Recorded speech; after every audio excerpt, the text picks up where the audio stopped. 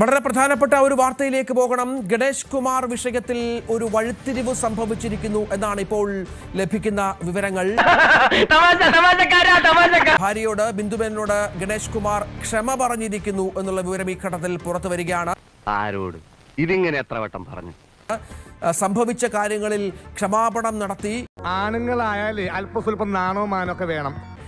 ഒരു കോംപ്രമൈസിന് ഗണേഷ് കുമാർ ശ്രമിക്കുന്നു. പരാതിയുമായി ഭാര്യ മുന്നോട്ട് പോകില്ല എന്ന സൂചനകൾ തന്നെയാണ് ഇപ്പോൾ പുറത്തു വരുന്നത്. നീ ഒരു കോപം പറയണ്ടാ, എന്തൊക്കെയായിരുന്നു തള്ളു. അപ്പൊ ഞാൻ ഇമോഷണൽ ഔട്ട്ബേഴ്സിൽ ഞാൻ പറഞ്ഞു, നടന്ന സംഭവങ്ങളൊക്കെ പറഞ്ഞു. സത്യം തന്നെയാണ്. ഞാൻ വാക്കുകൾ സൂക്ഷിച്ചു മിനിസ്റ്ററുടെ ആ ഒരു ഫോൺ കോൾ വെയിറ്റ് ചെയ്തിരുന്നു. ഒരു തെറ്റ് ചെയ്താൽ നമ്മളൊരു സോറി പറയണമല്ലോ. പഴയ പണിയൊന്നും വീണ്ടും തുടങ്ങിയിട്ടില്ലല്ലോ? ഇല്ല സാർ, ഞാനിപ്പോ ഒരു പുതിയ മനുഷ്യനാണ്.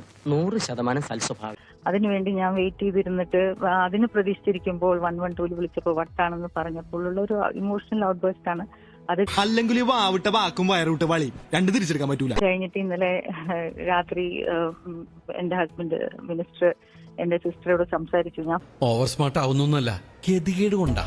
ഫോൺ എടുക്കാതിരുന്നത് കൊണ്ട് എന്റെ സിസ്റ്ററോട് സംസാരിച്ചു. വളരെ ഇമോഷണൽ ആയിട്ട് പറഞ്ഞു. ഒരു പ്രാവശ്യം പറഞ്ഞാൽ എനിക്ക് മനസ്സിലാവൂട്ടോ. ശരി, തെറ്റ് പറ്റിപ്പോയി. പല തെറ്റുകളും പറ്റിയിട്ട് ഞങ്ങളുടെ വിവാഹത്തിൽ ഇത്രയും വർഷത്തിൽ. പക്ഷെ ഞാൻ ഒരിക്കലും അബദ്ധം പറ്റുമോ സാറേ? എങ്ങനെ അബദ്ധം?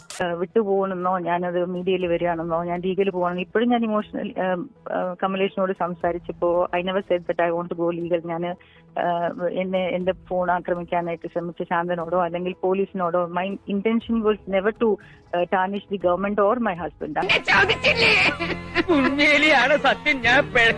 ഇന്നിപ്പോ മിനിസ്റ്റർ രാവിലെ വിളിച്ചിട്ട് ക്ഷമ ചോദിച്ചു തോന്നുന്നു അല്ലെ? ക്ഷമാപണം നടത്തി.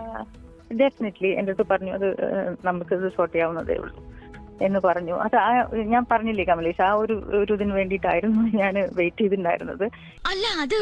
അതെന്റെ മോള് ചെയ്തേ പറ്റൂ, അല്ലെങ്കിൽ മാനം കെടും.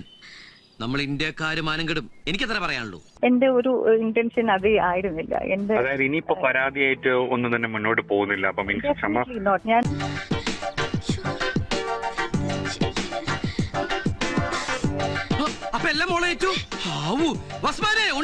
ഞാൻ എന്റെ വീട്ടിലല്ലേ. ഇനി ഞങ്ങൾ പറഞ്ഞു തീർത്ത് ഞങ്ങൾക്ക് ബിക്കോസ് ഞങ്ങൾ 13 years ആയി. പല പ്രശ്നങ്ങളും ഉണ്ടായിട്ടുണ്ട് ജീവിതത്തിൽ. പക്ഷെ അതുകൊണ്ട് ഞാൻ വിട്ടെറിഞ്ഞു പോവാൻ മാത്രം ഉള്ള ഒരു സംഭവമല്ല. ജീവിതത്തിൽ എല്ലാവർക്കും തെറ്റുകൾ പറ്റും.